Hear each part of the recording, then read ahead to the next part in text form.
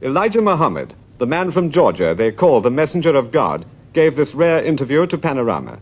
The poor so-called American Negro has never been taught who he was. He came here and was put under slavery, and there his knowledge of self was buried. And he has been trying to act and imitate his master, not himself nor his kind.